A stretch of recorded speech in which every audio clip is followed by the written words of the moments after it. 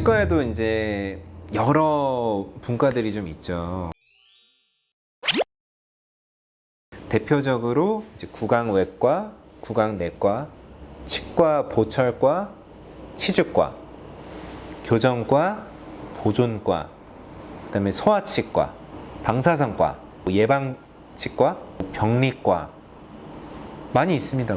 제가 빼먹은 게 있을 수도 있는데 주된 어쨌든 과들이 이제 대충 이제 이 정도가 된다고 볼 수 있고요. 각 과들이 이제 하는 거는 하나씩 좀 설명을 드려볼게요. 제가 이제 예전에 서울대학교 이제 치과대학병원에서 이제 있었던 거를 이제 토대로 해가지고 일단은 소아치과 당연히 이제 아이들 치료를 이제 많이 하게 되고요. 뭐 아이들이나 청년기 이런 뭐 충치나 이제 이런 치료들도 많이 하고 예방 치료들도 많이 하고 또 이제 소아 교정 치료들도 많이 하고 아이들 같은 경우에는 이제 치료를 할 때 너무 이제 무섭고 이제 행동 조절이 잘 안 되는 아이들도 많다 보니까 진정법, 수면 치료라든지 아니면은 전신 마취를 통해서 이제 치료를 하기도 합니다. 그래서 이제 서울대 소아과 이제 소아치과 교수님 중에는 이제 마취과 전공하신 선생님도 이제 교수님도 계셔가지고 그런 이제 전신 마취를 통한 이제 치료나 이제 이런 것들도 이제 잘 진행을 하고 있고요. 장애인 센터가 물론 따로 있긴 하지만은 사실은 이제 그런 장애인들 치료도 이제 그 소아치과에서 많이 진행을 했었거든요. 그래서 이제 그런 치료들을 주로 많이 진행을 한다. 이렇게 보시면 될 것 같습니다. 그리고 구강내과가 있는데 치아뿐만이 아니고 이 보통 턱관절이라든지 아니면은 우리 연조직 질환들, 혀나 잇몸이나 이제 그런데 이제 뭔가 문제가 생겼을 때, 혹은 어떤 치아에 특별한 뭔가 이제 문제가 있어 보이지 않는 다른 어떤 그런 증상들로 인해서 문제가 생겼을 때 보통 이제 많이 찾아가는 과거든요. 그래서 이제 이갈이라든지 아니면 뭐 턱관절 아니면 혀가 갑자기 너무 이제 따갑다거나 이제 그런 질환들이 생겼을 때 가는 과가 구강내과라고 할 수 있겠습니다. 그리고 이제 구강내과가 있으니까 당연히 구강외과가 있겠죠. 구강외과 같은 경우에는 이제 구강 내에 있는 그런 여러 가지 수술을 하는 과인데 보통 이제 대학병원 구강외과에서 일반적인 치과들과는 다르게 하고 있는 치료 중에 하나는 암 수술이나 아니면 그런 종양 같은 것들을 제거를 하는 수술들을 진행을 하고 있고요. 구강암이라든지 이제 그런 것들 아니면 어떤 뭐 사고가 나서 그런 아간면 같은 걸 재건을 해야 되는 그런 큰 수술부터 시작을 해서 뭐 많이들 알고 계시는 양악 수술 같은 것도 진행을 하고 있고 뭐 임플란트라든지 아니면 사랑니 발치 그런 것들 물혹 같은 거 제거하는 수술 뭐 그런 것들도 다 이제 구강외과에서 진행을 좀 하고 있습니다.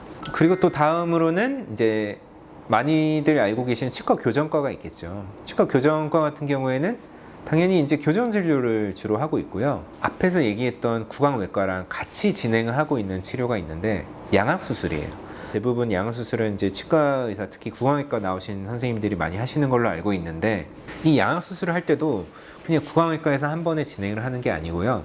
우선 이제 교정과로 가서 이 환자들의 이제 수술하고 나서 어떻게 치아 배열을 맞출지를 미리 계획을 합니다. 미리 계획을 해서 수술 전에 먼저 교정을 해가지고 어느 정도 이제 수술을 했을 때 그 위치를 우리가 예측을 할 수가 있잖아요. 그걸 예상을 해서 수술 전 교정을 하고 수술하고 나서도 수술을 교정을 해서 수술이 이제 양악 수술이 끝나고 나서 교정 치료가 끝나고 나면은 이가 잘 맞는 그런 치료를 할 수 있도록 교정과랑 이제 구강외과에서 협진으로 해서 이렇게 진행을 하고 있습니다. 그리고 다음으로는 이제 치과 보존과가 있겠는데요. 우리가 가장 흔하게 얘기하는 충치 치료 그리고 신경 치료 이런 치료를 통해 가지고 치아를 조금 이제 보존하는 그런 치료를 하는 과라고 할 수 있겠습니다. 특히 이제 치과 보존과 대학병원 같은 데 가시면은 일반 치과에서는 많이 하지 않는 그런 현미경을 통해 가지고 우리가 어떤 치근단 절제술이라거나 아니면은 치아를 이제 제식하는 그런 수술 같은 것들도 이제 할 수가 있고 치아 하나를 살리기 위해서 이제 굉장히 노력을 하는 그런 과라고 할 수 있겠습니다. 다음으로는 이제 치주과가 있겠는데 치주라는 거는 치아 주변에 있는 잇몸뼈나 잇몸 같은 연조직들을 포함한 치아 주위 조직들을 얘기를 하는 건데, 우리가 보통 이제 옛날 분들께서 이제 풍치라고 얘기를 하면은 이가 흔들리잖아요. 저는 항상 환자분들한테 설명할 때 이렇게 얘기를 해요. 왜냐면은 이제 치주염이 걸리셨습니다. 그래서 이제 안 좋기 때문에 어떤 치료를 받거나 발치를 해야 됩니다라고 하면 환자분들이 나 이 하나도 안 아픈데, 이가 나 썩지 않았는데 왜 그렇게 해야 돼? 라고 생각하시는 분들이 많기 때문에 제가 항상 예를 들어주는 건 이거예요. 치아를 우리가 이제 집이라고 생각을 하면은, 집을 짓기 위해서는 토대가 굉장히 튼튼해야 됩니다. 그 토대에 해당하는 게 우리가 치주, 잇몸뼈, 잇몸이라고 볼 수가 있고, 지금 현재 환자분이 치주염이 심하게 걸렸다는 얘기는 집이 문제가 있는 게 아니고 집을 받쳐줘야 될 이 토지, 집안이 흔들리고 이게 무너져 내렸기 때문에 집이 아무리 튼튼해질 수가 없다는 겁니다. 그런 것들을 관리를 해주는 곳이 이제 치주과라고 할 수 있겠고요. 환자분들께서 많이 알고 계시는 그런 스케일링, 치석 제거가 치주 치료의 가장 첫 번째 단계라고 할 수가 있겠습니다. 그래서 그런 잇몸 치료라든지 어떤 잇몸 수술, 그런 것들을 하기도 하고, 임플란트도 사실은 이 치주과에서도 많이 진행을 하고 있어요.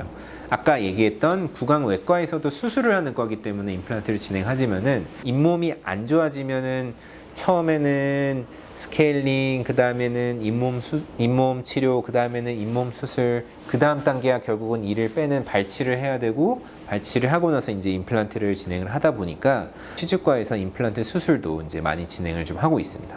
다음은 이제 보철과가 있겠는데, 보철과 같은 경우에는 우리가 치과 치료를 할 때 크라운을 씌운다거나 이제 하게 될 거 아니에요. 아니면 임플란트도 마찬가지고 하게 됐을 때 최종적으로는 결국은 내 이를 대체를 할 수 있는 구조물을 이제 끼워 넣게 될 텐데, 보철물이라든지 아니면은 어르신들 많이 하시는 틀니 같은 것들을 이제 주로 이제 만들고 사용을 하는 과가 바로 치아 보철과입니다. 치과 보철과라고도 하죠.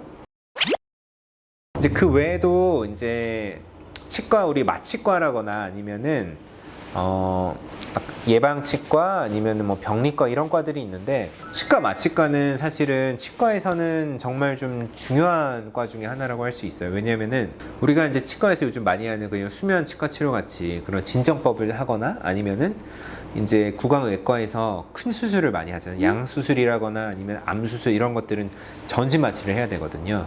그런 거를 할 때 이제 우리 치과 마취과 교수님이나 선생님들이 가셔가지고 환자들을 이렇게 전신 마취나 그런 것들을 진행을 해주시고 하기 때문에, 치과 마취과도 우리 치과 병원에서 없어서는 안 되는 중요한 과지만은, 사실은 이제 일반 환자분들이 바로 이제 대면에서 접하기는 어려우신 분들이기 때문에 우리가 일반적으로 이렇게 진료를 할 때 보실 수 있는 분들은 아닙니다. 그리고 이제 예방치과 같은 경우에도 사실은 치과 대학이나 이제 그런 곳에서 조금 이제 예방을 하기 위해서 연구를 하시는 분들이 좀 더 많다 보니까 그런 분들도 아주 흔하게 접하기는 어려운 분들이고요. 치과 병리과라는 건 뭐냐면은, 대장 내시경이나 위내시경 같은 거 하면은 뭔가 용종이 생겼다, 뭐 그래서 조직 검사를 하겠다, 이런 경우들이 있잖아요. 우리 치과에서도 엑스레이 같은 거 찍었을 때 보면은 뼈 안에 뭔가 물혹이라든지 뭔가 종양이라든지 그런 것들이 나타날 때가 있거든요. 정확하게 어떤 질환인지를 우리가 판단을 하기 사실 상당히 좀 어려운 경우가 많다 보니까, 그런 것들을 조직 검사를 해서 이게 어떤 질환이다, 어떤 종양이다, 어떤 물혹이다, 이런 거를 판단을 해주는 그런 과라고 할 수 있겠고요. 이런 것도 이제 대학병원에 이제 주로 있는 과라고 할 수 있겠습니다. 그리고 또 제가 하나, 치과에서는 절대로 없어서는 안 될 방사선과가 있죠.